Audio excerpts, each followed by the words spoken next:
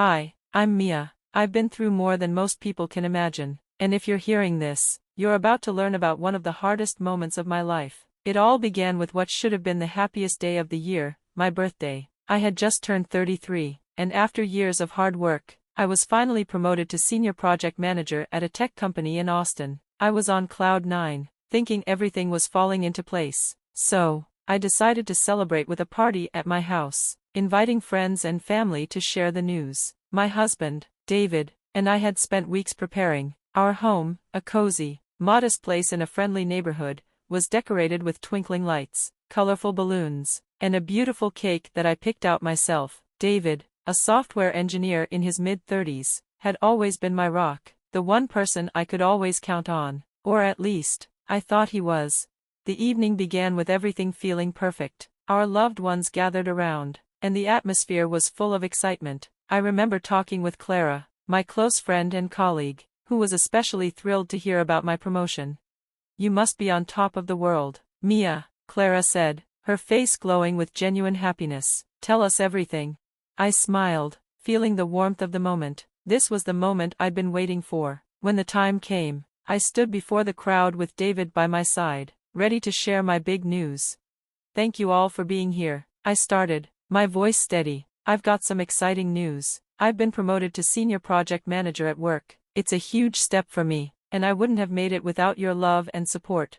The room erupted in cheers and applause. It felt like a dream, finally, a moment of recognition. But as I looked around, something felt off. David's face didn't mirror the joy I expected. Instead of the pride I thought he'd have, there was an unmistakable look of discomfort. Across the room, Mrs. Lancaster, David's mother, sat watching. She had always been critical of me, especially my career, but I tried to shake it off.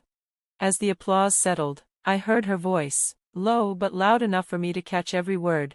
"Is this what you wanted, David? For him to be upstaged by his wife's success?" Her words cut through the celebration like a sharp knife. I tried to ignore it, thinking she was just being her usual self, but then I saw David's face again. His smile wasn't real, and his eyes were clouded with uncertainty. "Mia," he said, his tone suddenly colder than I was used to, "this is great and all, but don't you think we should focus on our future, like starting a family, settling down?" My stomach dropped. This wasn't the kind of support I had been expecting. I felt blindsided, caught between confusion and a creeping sense of betrayal. "David, we've talked about this," I said, trying to stay calm. "This promotion isn't just for me, it's for both of us. It means more stability, more opportunities for our future." But David wasn't listening. His eyes flicked to his mother, who nodded in approval, and in that moment, I could feel him shrinking under her disapproving gaze. "Mia, when are you going to slow down and think about us?" he snapped, his frustration growing. "Not everything's about a career." I could feel my heart racing. This was not how I envisioned this night. What should have been a celebration was rapidly turning into a confrontation. As the tension built, I found myself struggling to defend my achievements. The warmth of the evening had disappeared, replaced by a thick, suffocating silence. Then, just as dessert was being served, the atmosphere shifted. David stood up abruptly, his chair scraping loudly against the floor. "You need to know your place, Mia," he shouted, his voice booming across the room. "You're my wife, not my competitor." I froze, stunned. The room went silent, every eye turning toward me. My heart pounded as I stood up, trying to collect myself. "Being your wife doesn't mean I have to give up my dreams," I said, my voice shaking with a mixture of anger and hurt. "I deserve respect, not this."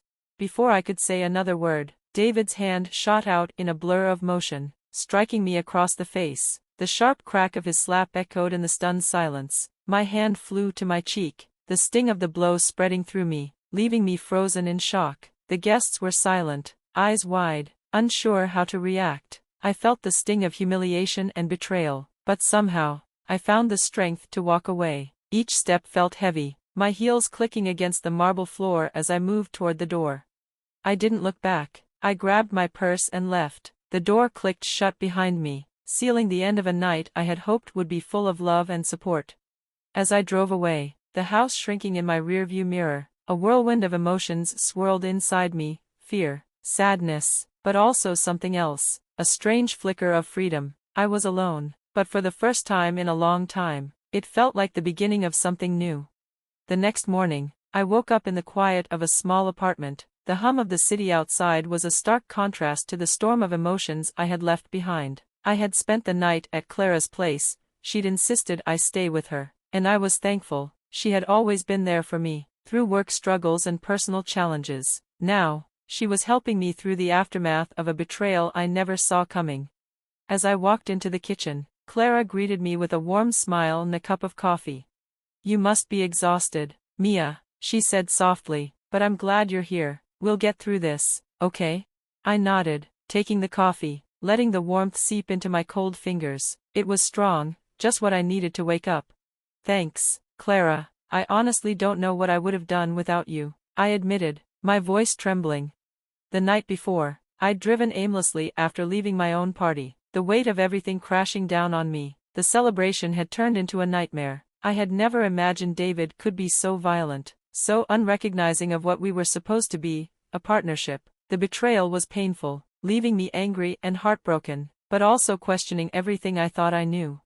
The days that followed felt like a blur of confusion and raw emotion. I knew it was time to take control of my life, starting with ending my marriage. I reached out to a divorce attorney, something I never imagined I would do. The office was cold and sterile, a stark contrast to the vibrant life I once had. Sitting across from the attorney, I felt both determined and apprehensive.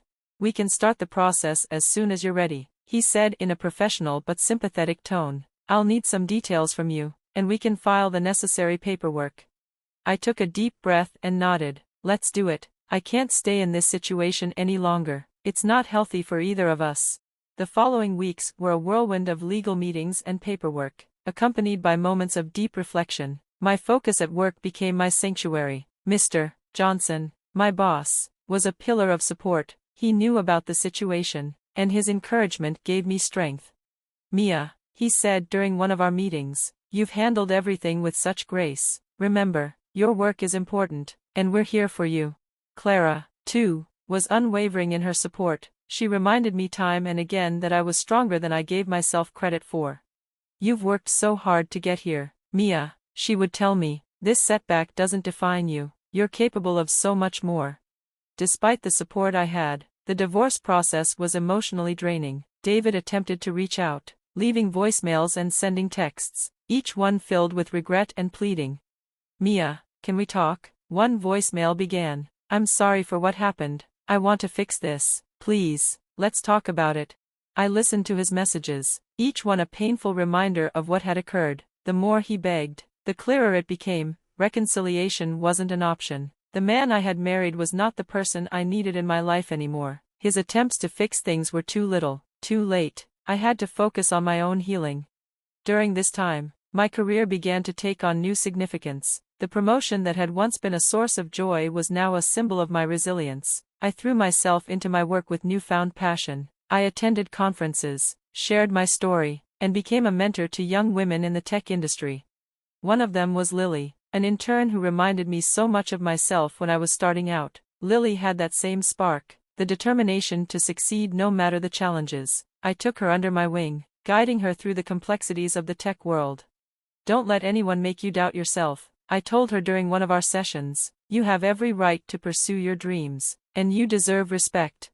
Mentoring Lily became one of the most rewarding parts of my life. Watching her grow and succeed reminded me that despite everything I had been through, there was still a way to make a difference. Her success was a reflection of the strength I had fought so hard to find within myself. While my career was flourishing, David seemed to be falling apart. I heard through mutual acquaintances that his professional reputation had taken a hit. His behavior at the party had left a stain, and he struggled to regain his footing. He sent me messages asking for help, but I stayed firm in my decision to keep my distance. For my own well-being, I couldn't let myself get dragged back into that toxic situation. One evening, I found myself reflecting on the past few months. It had been a journey of rediscovery and growth. I had learned to set boundaries, reclaim my identity, and stand up for myself. It had been painful, but it had ultimately led me to a place of empowerment. Looking back, I realized that my birthday party, devastating as it was, had been a turning point. It was the moment I chose to stand up for myself, to walk away from a relationship that no longer served me, and to embrace a future that was completely my own. The road hadn't been easy, but it had led me to a renewed sense of purpose and self-worth. As the divorce proceedings continued, each day felt like a balancing act between moving forward and reflecting on the past. I was trying to recover emotionally while keeping up the appearance of normalcy at work and in my personal life. David's attempts to reach out added to the pressure. The constant barrage of phone calls and messages wore on me, but I stayed resolute. I had made my decision, and I wasn't going to let his regrets shake it. One chilly November morning, I sat at my desk, deep in thought on a new project, when Clara stopped by. She always knew when I was struggling, and today was no different. "You seem a bit distant," she said, taking a seat across from me. "How are you doing? You holding up?" I sighed, rubbing my temples. "It's tough. The reminders of what happened keep coming. It feels like I can't escape it. David keeps trying to reach me, and it's hard not to feel conflicted. Part of me wants to hear him out, but I know I have to stay strong." Clara nodded, understanding. "You've handled everything with such strength. It's okay to feel conflicted, but remember why you made the decision you did. You deserve respect, love, and peace. Don't let his regrets sway you." Her words were a comfort, soothing my weary mind. I appreciated her unwavering support, especially when I was tempted to second-guess myself. As the divorce process became more routine, though still emotionally draining, I had moments of doubt, but then I'd remember the party, the betrayal, the violence, and I'd reaffirm my decision. One pivotal moment came during a work conference. I had been invited to speak about my experiences in the tech industry and the challenges I'd overcome. The speech was a chance for me to share my journey and connect with others who had faced similar obstacles. Though nervous, I knew it was an important step for my growth, and for the young women who looked up to me. On the day of the conference, I stood backstage, heart pounding. Clara was there, offering moral support with a reassuring nod. "You've got this," she whispered, "just be yourself and share your story." When it was my turn to speak, I took a deep breath and walked on stage. As I looked out at the audience, I saw eager, expectant faces. I began by talking about my promotion and the excitement it brought. Then, I shifted to the challenges I had faced, including the betrayal and my journey to reclaim my sense of self. "It's easy to let adversity define you," I said into the microphone, my voice steady, "but it's more powerful to take control and redefine yourself. I made the difficult decision to leave a relationship that no longer served me, but it was the hardest, and best, choice I've ever made." The response was overwhelming. Women came up to me afterward, sharing their own stories of struggle and empowerment. Their gratitude reminded me that my pain had a purpose. It had given me the strength to help others. Throughout this time, my mentorship with Lily continued to flourish. She was thriving under my guidance, taking on new responsibilities at the company. Her success was a constant reminder of why I had to keep moving forward. We spent hours discussing career goals and personal challenges, and I was proud to watch her confidence grow. But David's persistent attempts to reconnect continued to test my resolve. He sent letters, called, and even showed up at my apartment once. Each time, I remained firm. I had learned that my worth wasn't tied to the past or the opinions of others. I was building a new life, on my own terms. One evening, after a particularly emotional day, I received another letter from David. It was filled with apologies and pleas for another chance. As I read through it, I felt a fleeting pang of sadness for what we once had, but I remained firm in my decision. Reopening old wounds wouldn't help me move on. I wrote a brief, firm response. "David, I've made my decision. It's time for both of us to move on and find our own paths. I wish you the best, but I need to focus on my own future." With that, I sealed the letter and sent it off. It was the final step toward closure, a commitment to leaving the past behind. As the new year approached, I felt a renewed sense of hope. My career was thriving, and I was making a difference in others' lives. The future, once clouded by uncertainty, now felt full of possibility. With open arms, my career continued to flourish, offering me more opportunities to lead and speak at industry events. Each new accomplishment was a testament to my resilience and hard work. I was determined to seize every chance that came my way. One chilly January afternoon, I was preparing for a conference where I was scheduled to speak about leadership and personal empowerment. It felt like a full-circle moment, my past struggles transforming into a platform for sharing wisdom and encouragement. Clara, ever my steadfast friend, was by my side, helping with the final touches on my presentation. Your story is going to resonate with so many people, Clara said as she reviewed my notes. You've turned your experiences into something truly inspiring. I appreciated her belief in me. Standing before a room full of eager faces, ready to share my journey, I could feel the weight of my experiences fueling my words. I spoke about the importance of setting boundaries, reclaiming one's identity, and finding strength in adversity. I emphasized how my decision to leave a toxic relationship had ultimately led me to empowerment and growth. The response was overwhelmingly positive. Attendees approached me afterward, sharing their gratitude and their own stories of overcoming challenges. It reaffirmed why I had chosen to be open about my journey. By helping others see that they, too, could conquer their struggles, I felt a profound sense of fulfillment. During this time, my mentorship program with Lily was thriving. She had blossomed into a confident and capable professional, and I was so proud of her achievements. Our sessions were no longer just about career advice. They also touched on personal challenges and staying true to oneself. Meanwhile, David's attempts to reach out had diminished. I had received a few more letters, each filled with more regret and requests for reconciliation. However, I had made it clear that I was moving forward. I had learned that my worth wasn't tied to someone else's perception of me. My future belonged to me alone. In late February, I was invited to participate in a panel discussion about women in tech. It was an exciting opportunity to speak alongside other accomplished professionals and share insights on breaking barriers in a traditionally male-dominated industry. As I prepared, I reflected on how far I had come from that fateful birthday party. On the day of the panel, I felt a mix of nerves and excitement. Standing before the audience, I realized that my journey had been more than overcoming personal adversity. It was about embracing my strengths and using them to inspire others. I spoke passionately about the importance of self-worth, setting boundaries, and pursuing one's ambitions despite societal or familial pressures. The panel discussion was a success, and the feedback from the audience was incredibly positive. It was clear that my story and the lessons I had learned were resonating deeply with many. I felt an immense sense of accomplishment and pride. I had transformed a painful chapter into a source of inspiration and strength. As spring approached, I felt more grounded and confident in my new life. My career was thriving, my personal boundaries were solid, and I found joy in mentoring others. The experiences I'd faced had shaped me into a stronger, more resilient person, and I was determined to continue building on that foundation.